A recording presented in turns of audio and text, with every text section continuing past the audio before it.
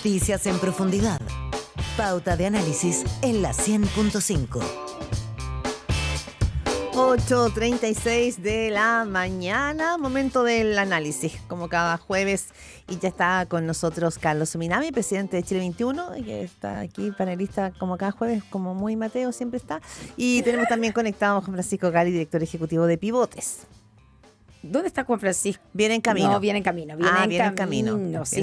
Ya va a llegar, lo estamos esperando. Hay mucho taco todavía, porque se pensaba que alguna gente se iba a tomar como un mordiscón largo. Pero espérate, pero igual, cuando es miércoles, que se toma jueves y viernes. Bueno, pues hay funcionarios públicos que se toman licencia y se van de vacaciones. Se van a viajar. Oye, ¿pueden con eso, Carlos? ¿Pueden ser tratamientos en el exterior?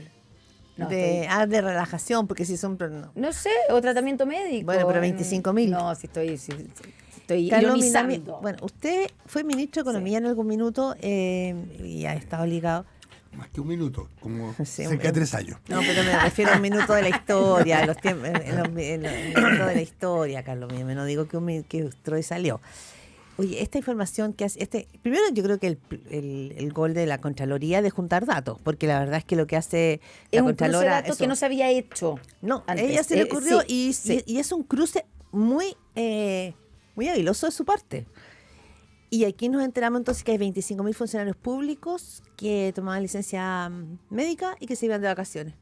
¿Qué dice usted? La verdad es que creo que como que faltan palabras Para describir, para calificar el hecho vergonzoso, indignante, son las palabras que a uno se le ocurren. Sí. Yo veo como la confluencia de 3 tipos de problemas. Saludamos a Juan Francisco inmediatamente. Ya llegó. ¿Qué te estás sumando, Juan Francisco? Bienvenido.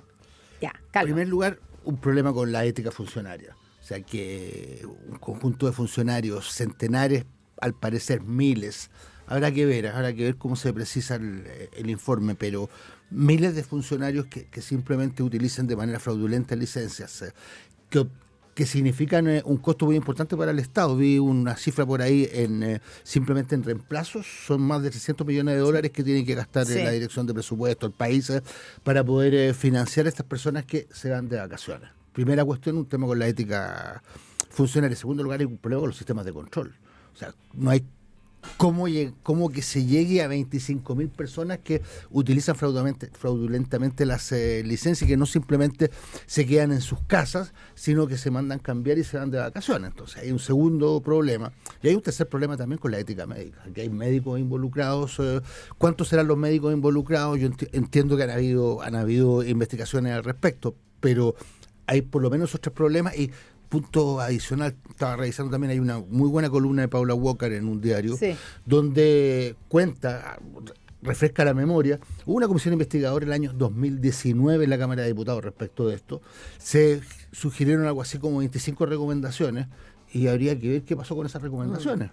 La sensación es que uno puede tener a la luz de este tremendo fraude al fisco, es que esas recomendaciones simplemente no fueron aplicadas. Que no sería la primera vez. Juan Francisco Gali, director ejecutivo de Pivote. Bienvenido, buenos días. Y que también estuvo en el sector público. Sí. Muy buenos días. ¿Qué? Sí, mira, la verdad es que este no es un tema nuevo y por eso creo que hay que hacerse cargo de justamente no haber reaccionado a tiempo en esta materia. Esta fiscalización de la Contraloría es respecto de los últimos 2 años, en el año 2023 y 2024. Y fíjate que buscando información sobre esto, hay un informe justamente de diciembre del año pasado de la Dirección de Presupuesto que daba cuenta de cómo había aumentado el ausentismo en el sector público y cómo había una diferencia sustantiva entre el ausentismo en el sector público y el ausentismo en el sector privado. Entonces había un problema ahí. Nosotros también sacamos desde Pivotes un informe relacionado con eso, empujando una reforma más global al empleo público. Yo creo que tiene que ver con lo que decía Carlos. Creo que aquí hay una carga especial para los funcionarios públicos porque hay que entender que aquí hay un costo alternativo, ¿no es cierto? O sea, claramente lo que refleja la Contraloría es que hay un control que es débil y además probablemente también hay poco incentivo a ese control, porque fíjense, y lo decía también la Paula Walker en la columna, pero el funcionario público tiene condiciones más favorables respecto a las licencias médicas que las que tiene un trabajador privado, incluso más un independiente. Le pagan el sueldo completo. Que eso por lo pronto. Sí. En el privado pierde los primeros 4 días. También. O sea, le pagan sueldo completo, Sí. eso solo para aquellos que están dentro, sobre el tope, ¿no es cierto? Pero además, efectivamente no tienen la carencia de los primeros 3 días. Y eso uno se da cuenta cómo los incentivos funcionan, lo quiera uno o no. Sí. Las licencias del sector privado son más largas que en el sector público, naturalmente. Porque cuando el médico tiene que tomar la decisión, ¿no es cierto? Si darle 9 días de licencia u 11, la diferencia para el trabajador del sector privado es sustantiva. Porque al que le dan 9 días de licencia, le pagan solo 6 en el sector privado. Claro. En cambio, en el sector público le pagan los 9 días o los 11 días. Entonces yo creo que aquí tenemos que hacer énfasis, un poco lo que decía Carlos, en que aquí hay un costo alternativo a estos recursos. En primer lugar, Pero perdona, para darle también la palabra a Carlos, porque hay varias razones. Una cosa tiene que ver, ¿no es cierto?, con el enorme prejuicio que genera al fisco esta cantidad de plata, en términos de los reemplazos. Yo creo que también hay un tema que a lo mejor es más sublime, sutil.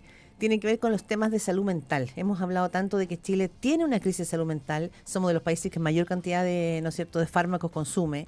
Pero este tipo de situaciones, porque la mayoría de estas parecieran ser que son licencias más bien psiquiátricas, porque son las que te permiten no tener que, ¿cómo se dice?, registrar domicilio. Tú puedes moverte.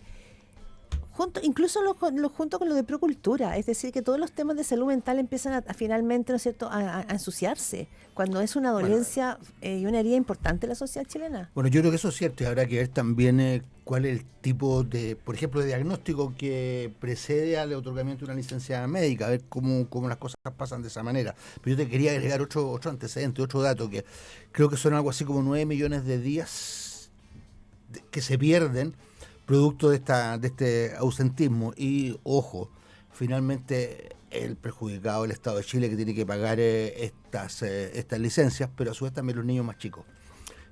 Pareciera ser, por la información que hay, son 13 los servicios que están principalmente concernidos. Y en la lista, el primero es la Junge Integra. ¿Qué es lo que es la Junge Integra? La Junge tiene que ver con jardines infantiles e integra también lo mismo.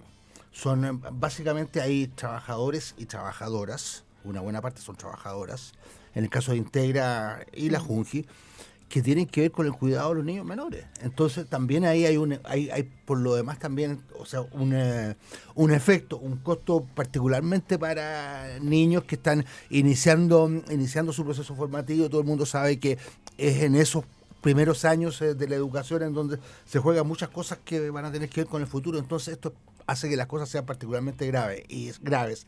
Y yo digo, ¿cómo no funcionan los sistemas de control? A mí, francamente, eso me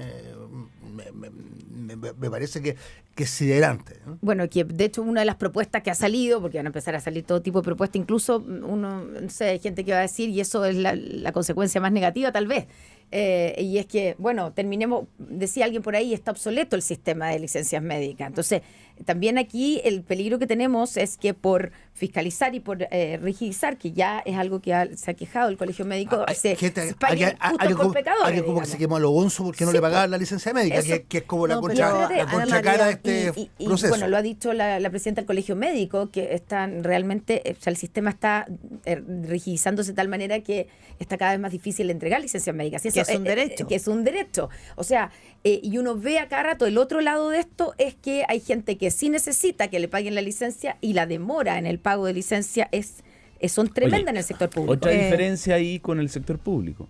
Con el sector privado. Exacto, porque el sector público, el Estado te sigue pagando el sueldo, no hay una interrupción. Sí. La diferencia y por eso estos casos, ¿no es cierto?, en que la protección que te da tu ISAPRE o FONASA es que te paga esos días de sueldo en el caso del privado.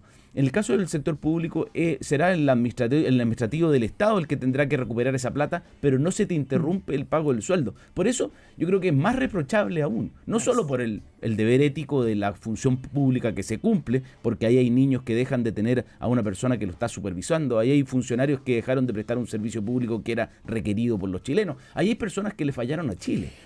Y por lo mismo, yo creo que no hay que la esencia de la licencia médica es cubrir tu sueldo durante el tiempo en que tú estás enfermo. ¿Para qué? Para que tu empleador no tenga que cubrir ese sueldo, ese gasto, y te pueda reemplazar por otra persona durante esos días. Pero La verdad es que si es que defraudamos a este sistema y empezamos a tirar licencia, como decía alguien en una columna por ahí también, empezamos a tirar licencia para salir de vacaciones, lo que hacemos es defraudamos al sistema y posiblemente van a salir voces que van a decir, bueno, esta protección entonces, si es que se usa para salir de vacaciones, deja de ser necesaria. Sí. Y yo creo que eso sería altamente inconveniente. Quiero solo poner otra cosa sobre la mesa, porque tú decías, Carlos, la afectación en este caso, por ejemplo, de los niños, que es el trabajo que realizan en Junji e Integra. En la plata que el Estado tiene que gastar en reemplazo, ¿cierto?, de las personas que tienen licencia. Pero también hay otro factor. 300 y tantos millones, ¿no? Sí, entonces hay otro factor más. que es que FONASA hoy día, el mayor gasto, la cantidad del tamaño del presupuesto de FONASA que va a pagar licencia el principal gasto de FONASA hoy día es pagar licencia, pago de licencia. Eso significa que esa plata se podría usar, por ejemplo, en reducir las listas de espera. Entonces, realmente hay un tema de que se nos está yendo la plata en algo. No estoy diciendo, la mayor parte, espero, de esas licencias médicas están bien dadas y por lo tanto no es que toda la plata se esté yendo, pero si el mayor costo, el mayor gasto de FONASA hoy día es las licencias médicas, y eso significa que los recursos que se están perdiendo acá podrían resolver otros problemas de salud que son tremendamente urgentes. O sea, tenemos un sistema de salud con precariedades enormes y entonces esto hace que aún más cuestionable. Particularmente, por eso creo que es particularmente grave, porque además pone en cuestión también todo lo que es la función del Estado. Esto alimenta toda la crítica en contra del Estado, diciendo, mire, la verdad es que todos los funcionarios son corruptos, son aprovechadores, y eso también me parece tremendamente injusto, porque aquí son 25.000, creo que son algo así como, hay personas que en ese lapso de tiempo salen algo así como 15 o 20 veces del país, o sea, están entrando y saliendo.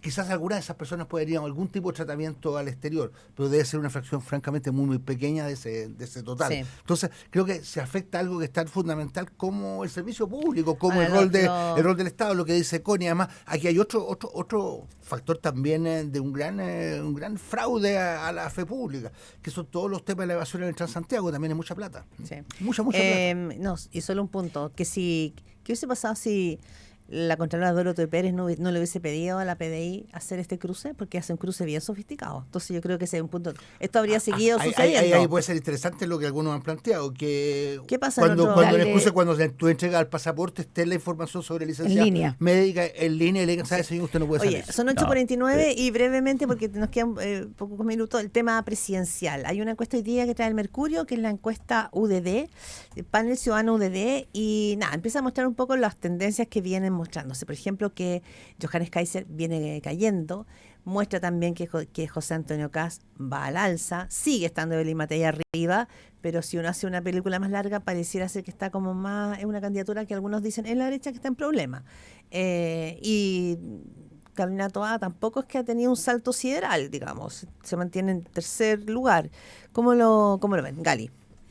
A ver, yo creo que el peor error que se podría hacer es hacer análisis de largo plazo con resultados de encuestas de cada semana. Tenemos encuestas toda la semana y cada una de ellas tiene resultados distintos. Pero vamos a las tendencias que están marcando cada una. Por eso yo creo que la tendencia es muy clara en cuanto a que Evelyn Matei ha estado en el primer lugar de las encuestas de manera consistente en el último tiempo.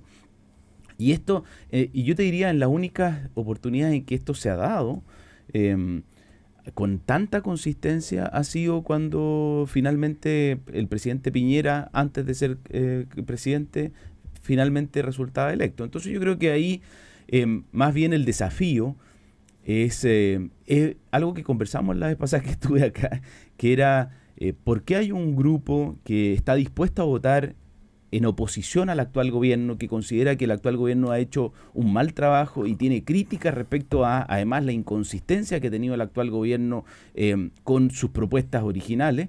Está optando entre dos opciones de oposición, Evelyn Matei o José Antonio Kast. Y yo creo que eso es un desafío para los planteamientos que se van a hacer.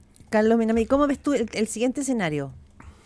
que sean dos candidatos de derecha los que pudieran llegar a pasar a primera vuelta. O sea, creo que dentro de las posibilidades de una elección que tiene hoy día un elemento fuerte de incertidumbre, ese es un escenario que no se puede descartar, y creo que las direcciones políticas de los partidos de centro-izquierda tienen que tomar cartas en el asunto y ¿No la están ver tomando? cómo enfrentan esta situación. De todas maneras, si uno toma esos resultados de encuesta, hay por lo menos los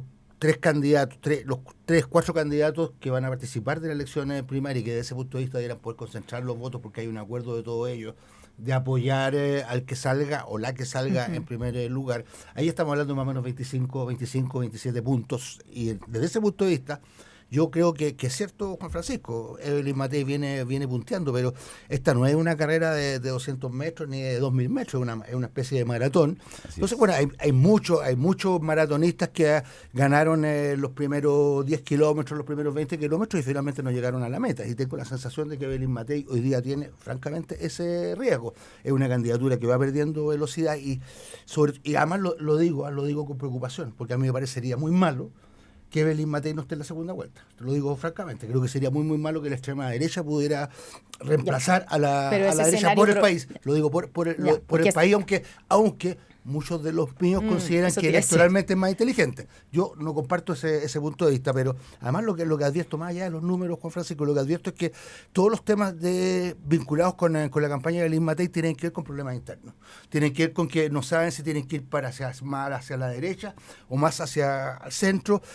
Tienen que ver con los voceros. Parece que tuvieron 11 voceros, pero ahora están diciendo la verdad es que los voceros, 11 voceros como mucho, unos voceros dicen una cosa y otros voceros dicen otra. Yo, en mi experiencia, en el carrete que tengo de campañas, cuando los temas de los comandos son la interna de los comandos, son campañas que están francamente en problemas.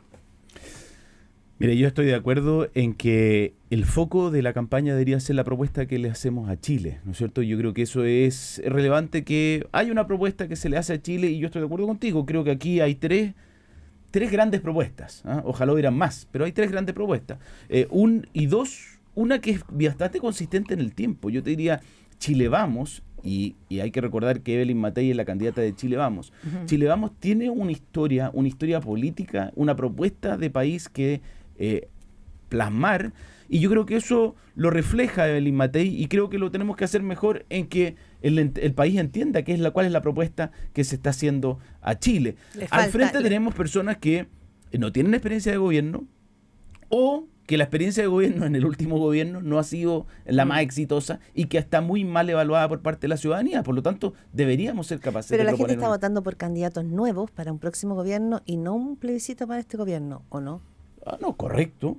Ahora podrá formarse una opinión perfectamente si tiene a dos exministras, ¿no es cierto?, me pregunto de la efectividad del discurso de hacerlo todo en contra del gobierno y no respecto de las propuestas. No, estoy de acuerdo contigo. Yo creo que lo que hay que hacer es una propuesta que dé esperanza, que sea de futuro, y no solo de evaluación. Lo único que te digo es que al frente, las propuestas que hay, en lo novedoso, está en una derecha que no ha tenido experiencia de gobierno. Hay que ver cuánto están marcando los candidatos del oficialismo para ver que sí, digamos. Pero efectivamente. Ahora, solo un punto. La elección anterior, Joaquín Lavín no llegó. Era un caballo ganador. Estaba Daniel Cabo era de Chile Vamos. Casi que no había ninguna duda de que esa vez sí que sí. Y fue perdiendo energía en el camino.